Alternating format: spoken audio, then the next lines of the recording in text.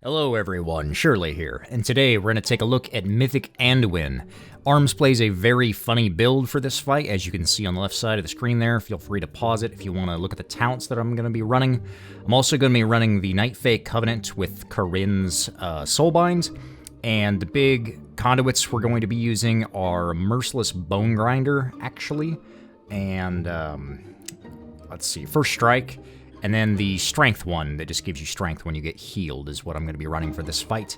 And it's all about resetting cooldowns as fast as possible, or not as fast as possible, but to get them back at the right timings so we can do big goes with Bladestorm and Merciless Bone Grinder. So jumping right into the fight here, I'm going to go ahead and use Warbreaker and Bladestorm on the pull, actually, and hold on to my Ancient Aftershock and Avatar. That's for the first phase here coming up. I'm going to be in the first group going down into the Kingsmorn lower area thing to cleave down all these adds, and then this is what I was holding on to my Avatar and Ancient Aftershock for. We do want to be spending as much rage as possible, though, off the rip, hence why I was trying to stay in melee when we were spreading out for the debuffs, just so I can reset my Bladestorm as fast as possible to get it back for this first transition period here. As you see there, I'm also running Signet of Tormented Kings for my legendary on this fight, and I got a Bladestorm proc when I used my Avatar downstairs, and that procced Bladestorm. I just repeated myself. I canceled it there so I could immediately use my Warbreaker and Ancient Aftershock on all those little adds, because I didn't want to throw off timings and then use my actual Bladestorm to chunk all those guys down. And they, you know, we didn't really need all those CDs at this point. But that's how we progress the fight, so I don't want to change anything up. And I wanted to get that first Bladestorm out as fast as possible so I could reset it once again for this phase of the fight. Also, would highly recommend double time and paying close attention to your auto swings. It's like you're playing Classic again almost for this, because you want to be jumping out and charging back in as much as possible just so you can get rage and reset your Bladestorm and Warbreaker, you know, so you can get it up for all these intermission phases. And right here, as I was resetting all my CDs to get down all these lost souls, I was actually just slamming the boss back there instead of using Whirlwind with Fervor of Battle. And that was because I wanted to save my First Strike proc on all those little adds for the Warbreaker Bladestorm combo. And then I was holding on to my Merciless Bone Grinder window, not just, you know, going ham and destroying them all with Whirlwind, because you could do that. But we're waiting for everybody downstairs to get finished up with their ad set, watching that, so that's why I'm just kind of standing there, you know, only hitting one of them until they need to be nuked down and then killed. And then after that, you can go ahead and make sure that you're kind of keeping your Warbreaker, you know, in sync on cooldown so it lines up back with your Bladestorm. And as we go into the first intermission phase here, Anduin's taking a lot less damage. However, I'm still going to be hitting him, spending a ton of rage just to get all my CDs back for this this big intermission phase. The only thing here that's going to wipe us is the Monstrous Soul that we need to prioritize and nuke down. And unfortunately, I got very unlucky for our kill, because you just want to be praying that your Avatar procs Bladestorm during this first part. That way you can use that Merciless Bone Grinder window on all those big adds, or the big ad and all the little adds, and just, you know, murder them all. And then we're going to hold on to our actual Bladestorm for the second wave of Army of the Dead here. And this is, I didn't unfortunately get that, so I had to use it. It's unfortunate, but it is what it is. I held on to my Warbreaker instead of just, you know, firing it and trying to line it up with Bladestorm, because I wanted to clip as many of the little adds as possible just to get a little bit of extra damage on all the pad here.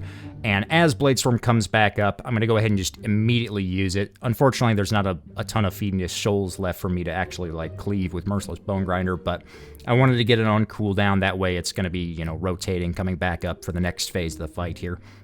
And as Warbreaker comes back off cooldown right there, I'm not going to just fire it into the Remnant of the Lost King there just to get out a little extra damage. I'm going to hold on to it for the Grim Reflection as that spawn over here, and then cleave it onto this guy. And since we have Anger Management, there's a little bit of leeway as, you know, as far as timing, so you can just reset things, you know, fairly easy. I'm going to come over here and get the kick on this guy. And, oh yeah, I forgot to mention that weak aura on the right side of the screen that shows the Shadow Word Pain dot on me. Anytime that goes on me, I'm just going to throw up my Spell Reflect just to help reduce that damage, because that dot really hurts, especially during the the barrier phases when the healing barrier goes up. If you ever have that dot and you have to heal off that barrier, you should pop parry and rally, you know, accordingly during that time, or even take a step out of those healing barriers to get healed so you don't die to that dot. Anyway, we're going to finish off that last ad with Sweeping Strikes right there. Sometimes you'll have Sweeping Strikes up for the downstairs phase, or you will at the beginning of the fight. And you can just kind of use it, because all these ads die, you know, basically by the time that Bladestorm ends. And if you weren't aware, when you're using Fervor of Battle, you can cleave Whirlwind, and the slam that comes out of that Whirlwind will cleave with Sweeping Strikes, so it's not like a wasted use of the spell or anything. So we're going to go ahead and just blow up all that stuff. Get back upstairs here and heal off the rest of this barrier. We're trying to run out these stars to the sides and the back, and during these phases, it's really tempting, you know, as a warrior, is like just a reflex to run behind the boss. You're not getting parried. Don't do that, because you're going to end up running into a star and just probably dying unless you get some heavy heals during those times. But as the next set of Grim Reflection ads come out, we're going to go ahead and cleave down that one, and then we're going to Cyclone the one that we're actually stacking up on for all the Lost Souls, and we're going to kick it first here. And then once again, I'm trying to get, you know, my CDs back, so just spamming out Rage right here, just with Slam on the other hand, though, because I wanted to save my first strike once again, the buff from Corinne, to cleave down all of these with Bladestorm and Whirlwind. We do have a little bit of extra time here that we need to wait for. I do get a star, unfortunately, so I'm just going to run this out and teleport back in with Night Fae here and help cleave down the rest of these. Usually, if I don't get a star here, I can just kind of babysit it myself. And the rest of the group doesn't have to worry about it so much, so I can just sit there on that Merciless Bone Grinder and then cleave them down exactly when they need to go, because the Merciless Bone Grinder buff does do a ton of damage, actually. Would recommend trying it out in Mythic Plus if you haven't already. But anyway, we're going to go ahead and cleave down that last one, or the third one, and then as we get to the last one here before the intermission, we're going to be solar beaming it and then stunning it out, because getting that kick on it, it's really fast when it casts, so it's a little tricky, so any kind of hard CC there is highly recommended. Once again, hitting Anduin, even though he's taking reduced damage, just to try and reset my cooldowns for the next intermission phase, and the first Army of the Dead comes out. Once again, you want to pray for a Bladestorm proc here, and I did not get it for a second time, which is very unfortunate. So we're going to have to go ahead and use our normal Bladestorm and chunk down the monster's soul and all the little guys. While you're doing your Merciless Bone Grinder window during these intermission phases, it's not ideal if your tier set bonus falls off, obviously, from Overpower. However, depending on like how many ads are up at the time, I'd say it's worth just ignoring it and burning, you know, as many whirlwinds within that window as you possibly can, especially during the first one when you have Bloodlust.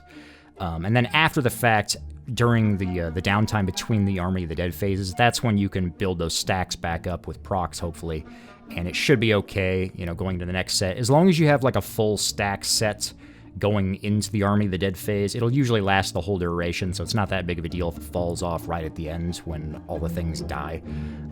Obviously, if you can catch it, you know, at the very end and hit an overpower and keep those stacks, that is ideal, but it's not, you know, a terrible loss if you're losing it during that intermission phase.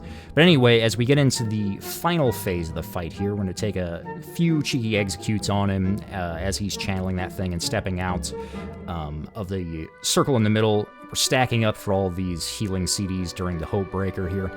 And now we need to spread out with Hopelessness. I'm going to just jump out here and stand. I'm in the second group, so we just kind of got to wait. This is definitely the most dangerous part of the fight for Arms. As you can see, unfortunately, I go down. I should have parried earlier there, but I was just being greedy with it for the second set of soaks right here. I was trying to hold it. Do have it for this part, but unfortunately, you're kind of at the mercy of your healers. You know, this is where you want to use your health stone and health pot if you got it. Luckily, I do get picked up, so we can get back on the boss here and execute down. This is where it's starting to get really dicey at the end. The stars bounce around during this last phase, so you just really want to be mindful about where they're going and where they're coming from, and just watching out for all of those. And at this point, it's just, you know, burn the boss. We're just executing it down. Unfortunately, our kill, goes as smooth as all first kills do. So we don't get through this, super cleanly. But here's the second Hope Breaker. We did get our parry reset, luckily. So we're going to be spreading out once again, even at 4% down here for the last Hopelessness phase. Now, the call was made that we were only clearing the first set and none after, so it was kind of a sack situation here.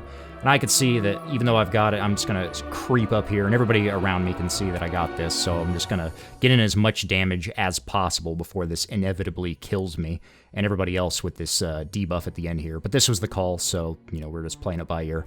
Gonna go ahead and use my Blade Storm to get some rage back for the final execute phase, and down it goes.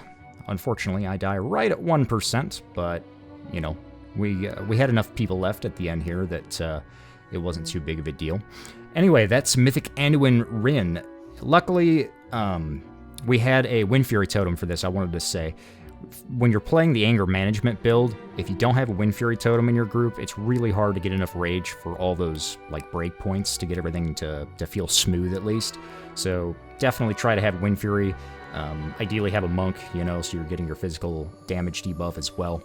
But, and then pray for Blade Storm procs. And that's about it. If you have any questions, feel free to leave them down below. Thank you so much for watching. Like, subscribe, all that jazz, and I will see you next time. Peace.